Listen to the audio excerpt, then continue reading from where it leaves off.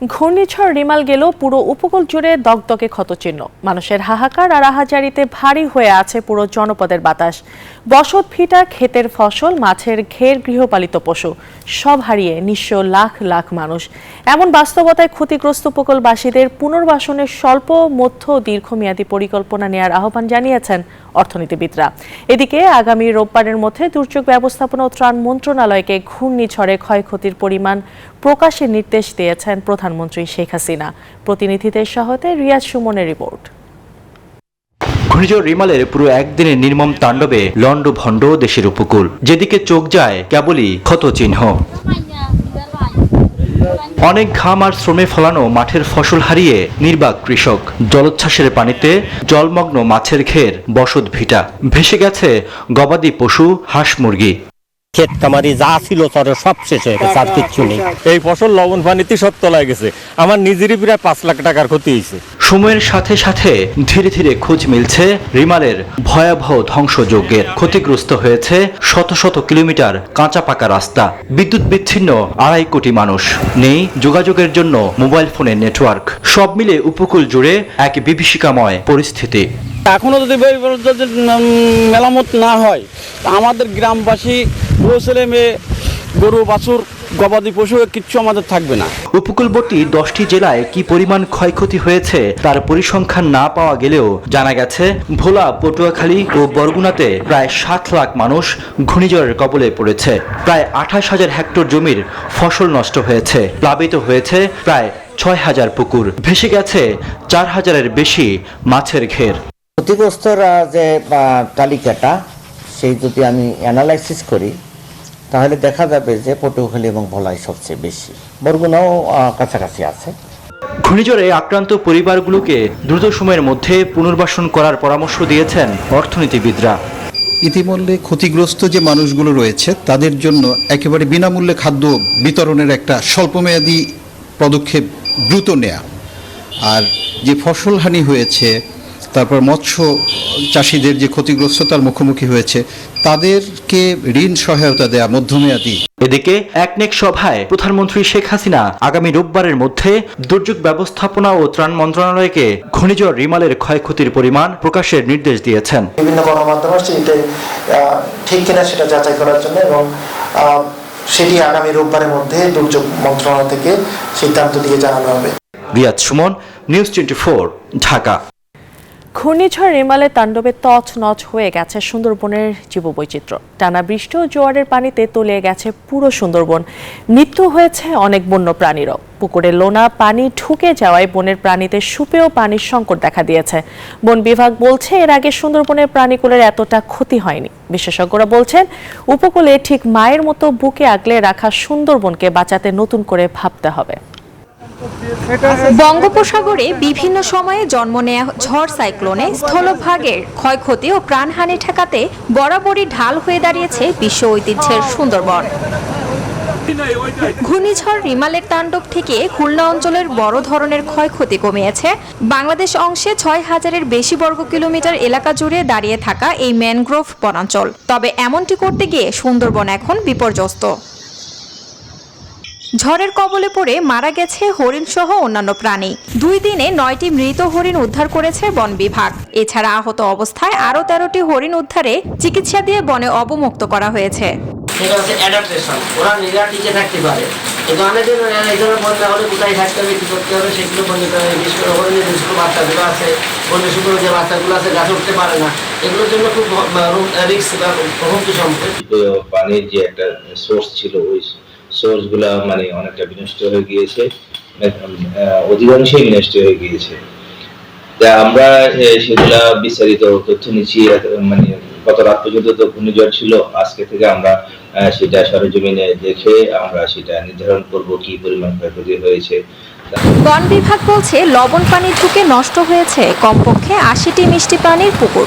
এতে পানির তীব্র সংকট দেখা দিয়েছে। যেহেতু বনের সব জায়গা তলিয়ে গেছে, এতে বন্যপ্রাণীরও বেশ ক্ষতি হয়েছে। পানি নেমে যাওয়ার পরে 2টি মৃত আমরা হরিণ উদ্ধার করেছি এবং এর পাশাপাশি ভেসে যাওয়ার সময় কিংবা লোকালয়ে চলে গেছে এরকম প্রায় 13টি আমরা হরিণ বিভিন্ন জায়গা থেকে উদ্ধার করেছি। এটা আমাদের এখনো খোঁজ চলছে। বিশেষজ্ঞরা বলছেন সুন্দরবনের বন্যপ্রাণীদের জন্য পর্যাপ্ত উঁচু টিলা ও শেল্টার রাখা জরুরি, তাহলে এই ধরনের ক্ষয়ক্ষতি কমিয়ে আনা সম্ভব। সুন্দরবনের যে উঁচু টিলাগুলো আছে সেখানে আমাদের বন্যপ্রাণীর আশ্রয় নিয়েছিল, সেটার সংখ্যা মাত্র 10টি। ৬,০০০ বর্গ কিলোমিটারের সুন্দরবনের জন্য এটা খুবই অপ্রতুল। আমরা সরকারকে অনুরোধ করব অনতিবিলম্বে 200 উঁচু টিলা তৈরি করার জন্য এবং বাঘ হরিণকে বাঁচানোর জন্য যে প্রকল্পগুলো আছে সেগুলোকে অর্থ মন্ত্রণালয় থেকে ছাড় দিয়ে সুন্দরবন সুরক্ষায় এগিয়ে আসার জন্য। মিঠা পানির পুকুরের পাড়ও অনেক উঁচু করার পরামর্শ দিয়েছেন এই বিশেষজ্ঞ, যাতে বন্যার পানি সেখানে প্রবেশ করতে না পারে। Desk report, news 24। ৮,৪৮২ কোটি টাকার প্রায় অর্ধেকই ঋণ। এই বিপুল অর্থ ব্যয় হবে সরকারের দুটি প্রকল্পে, যেগুলো নেওয়া হয়েছে বাস্তুচ্যুত রোহিঙ্গাদের জীবনমান উন্নয়ন এবং তাদের আশ্রয় দেওয়ার কারণে ক্ষতি মোকাবেলায়। তবে এই প্রকল্প ব্যয়ের হিসেব নিকেশে ঋণ এবং অনুদান নিয়ে স্পষ্ট ব্যাখ্যা নেই খোদ পরিকল্পনা মন্ত্রীর কাছেও। প্রধানমন্ত্রী শেখ হাসিনার সভাপতিত্বে মঙ্গলবার অনুষ্ঠিত হয় জাতীয় অর্থনৈতিক পরিষদ একনেক সভা। এতে মোট 14,337 কোটি 38 লাখ টাকা ব্যয়ে 11টি প্রকল্প অনুমোদন পায়। ব্যয়ের দিক থেকে সবচেয়ে বড় দুটি প্রকল্প রোহিঙ্গা ইস্যু কেন্দ্রিক।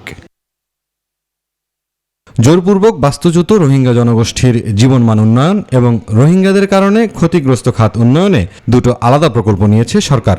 প্রকল্প দুটির মোট ব্যয় প্রায় 8,482 কোটি টাকা। এই অর্থের সিংহভাগ যোগানদাতা বিশ্বব্যাংক, যার মধ্যে 4,474 কোটি টাকা ঋণ এবং 3,244 কোটি টাকা অনুদান। একনেক পরবর্তী ব্রিফিংয়ে বিশাল এই অঙ্কের ঋণের ব্যাপারে জানতে চাইলে সদুত্তর দিতে পারেননি পরিকল্পনা মন্ত্রী। ওরা শুধু করতে চেয়েছিল রোহিঙ্গাদের জন্য, আমরা বলেছি না রোহিঙ্গাদের জন্য করলে তো হবে না, কারণ যাদের উপরে যে সমাজ সোসাইটির উপর নির্ভরশীল, যে কমিউনিটির উপর নির্ভরশীল তাদের করতে হবে। যেভাবে বেস্ট করা যায় সেভাবে করছি। এখন আমি বিশ্ব হচ্ছি না যে আমি কাজে আনতে পারবো না, আর বিশ্ব এবং আইসা যে আমার দু করে দাবায় দিবে সেটাও সম্ভব না। এদিকে আজকের সভায় আলোচনা হয়েছে ঘূর্ণিঝড় রিমাল ইস্যুতেও। সিনিয়র সচিব জানান, দুর্যোগে টেলিযোগাযোগ বহাল রাখতে টেলিফোন প্রযুক্তি নিয়ে নতুন করে ভাবার পরামর্শ দিয়েছেন প্রধানমন্ত্রী। আমাদের যে ল্যান্ডফোন সেটার যে ঠিকভাবে আবার ফেরত আনার দরকার, সেটা কিছুটা আমাদেরকে শিখিয়ে দিয়ে গেছে রিমাল। তো উনি এই ল্যান্ডফোনের বিষয়ে আরেকটু আমাদেরকে সচেতন থাকার জন্য বলেছেন। ব্রিফিংয়ে পরিকল্পনা প্রতিমন্ত্রী জানান, প্রথমবারের মতো পিপিএস সফটওয়্যারের মাধ্যমে দুটি প্রকল্প উদ্বোধন করা হয়েছে একনেক বৈঠকে। এই ধরনের প্রকল্প অতীতে কোনো সময় হয় না। মুরসালিন হক জুনায়েদ, নিউজ 24, ঢাকা।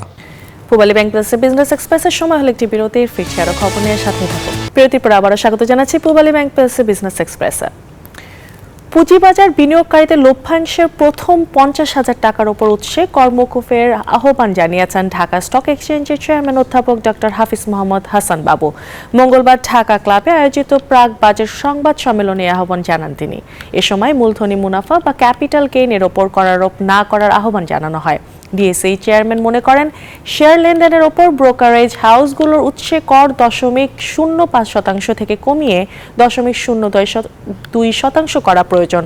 তিনি আরো বলেন, পুঁজিবাজারে তালিকাভুক্ত ও অতালিকাভুক্ত কোম্পানির কর হারের ব্যবধান 10 থেকে 12.5% করতে হবে। বসুন্ধরা সিমেন্ট ও কিং ব্যাড সিমেন্টের ডিলার মিট 2024 অনুষ্ঠিত হয়েছে। দুপুর 12:30টায় রাজশাহীর একটি হোটেলে এই অনুষ্ঠানের আয়োজন করা হয়। এ সময় বসুন্ধরা গ্রুপের সিমেন্ট বিভাগের DMD K M Jahiduddin, CSO Shahjamal Sikder, DGM Jane Alam Mohammad Rubaiyat ও বসুন্ধরা গ্রুপের কর্মকর্তা সহ রাজশাহী, চাঁপাইনবাবগঞ্জ, নাটোর, পাবনা ও নওগাঁ জেলার প্রায় 120 জন ডিলার উপস্থিত ছিলেন। আজকে বসুন্ধরা গ্রুপ দেশের মধ্যে সবচাইতে প্রাচীনতম কোম্পানি এবং প্রথম দিককার কোম্পানি যারা দেশীয়ভাবে সিমেন্ট উৎপাদন শুরু করছে। এর আগে তো আসতো ওই ইন্দোনেশিয়াতে আসতো, বার্জে লুজ আসতো, প্যাক করে আপনারা পাইতেন বা কাস্টমাররা পাইতো। কিন্তু বসুন্ধরা এটাকে বুঝে করছে। সবচাইতে বেশি বিনিয়োগ বাংলাদেশের মধ্যে এই বসুন্ধরা গ্রুপের। কিস্তিতে ওয়ালটন ফ্রিজ কিনে এবার 38তম মিলেনিয়ার হলেন ড্যামরার হালিমা আক্তার দীপু। সারা দেশে চলমান ডিজিটাল ক্যাম্পেইন সিজন 20-এর আওতায় কিস্তি সুবিধায় ওয়ালটন ফ্রিজ কিনে তিনি পেয়েছেন 10 লাখ টাকা। সোমবার ড্যামরার এমএস টাওয়ারে ওয়ালটন প্লাজায় আয়োজিত এক অনুষ্ঠানে হালিমা আক্তারের হাতে 10 লাখ টাকা চেক তুলে দেন জনপ্রিয় চিত্রনায়ক ও ওয়ালটন হাইটেক ইন্ডাস্ট্রিজের মালিক senior executive director Amin Khan. এই সময় উপস্থিত ছিলেন ওয়ালটনের chief divisional officer Imroz Haider Khan, divisional credit manager Zakir Hossain, Walton ফ্রিজের ব্র্যান্ড ম্যানেজার মুস্তাফিজুর রহমান সহ অনেকে। আসন্ন ঈদ উৎসবকে কেন্দ্র করে দেশব্যাপী চলছে ওয়ালটনের ডিজিটাল ক্যাম্পেইন সিজন 20। মঙ্গলবার ঢাকার ধনিয়া যাত্রাবাড়িতে বাজাজ প্রিমিয়াম নামে উত্তরা মোটরস লিমিটেডের অনুমোদিত 3S ডিলার শোরুমের শুভ উদ্বোধন করা হয়।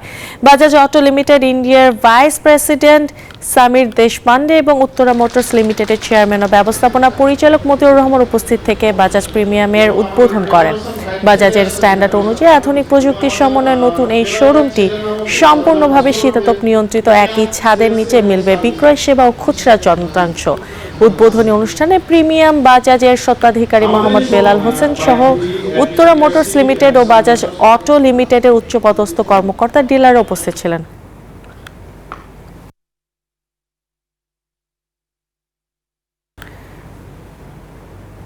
এই ছিল Pubali bank PLC business express এখনকার মতো আয়োজন। আরো সংবাদ ও বিশ্লেষণ জানতে ভিজিট করুন news24pt.tv। এতক্ষণ সাথে থাকার জন্য ধন্যবাদ সবাইকে।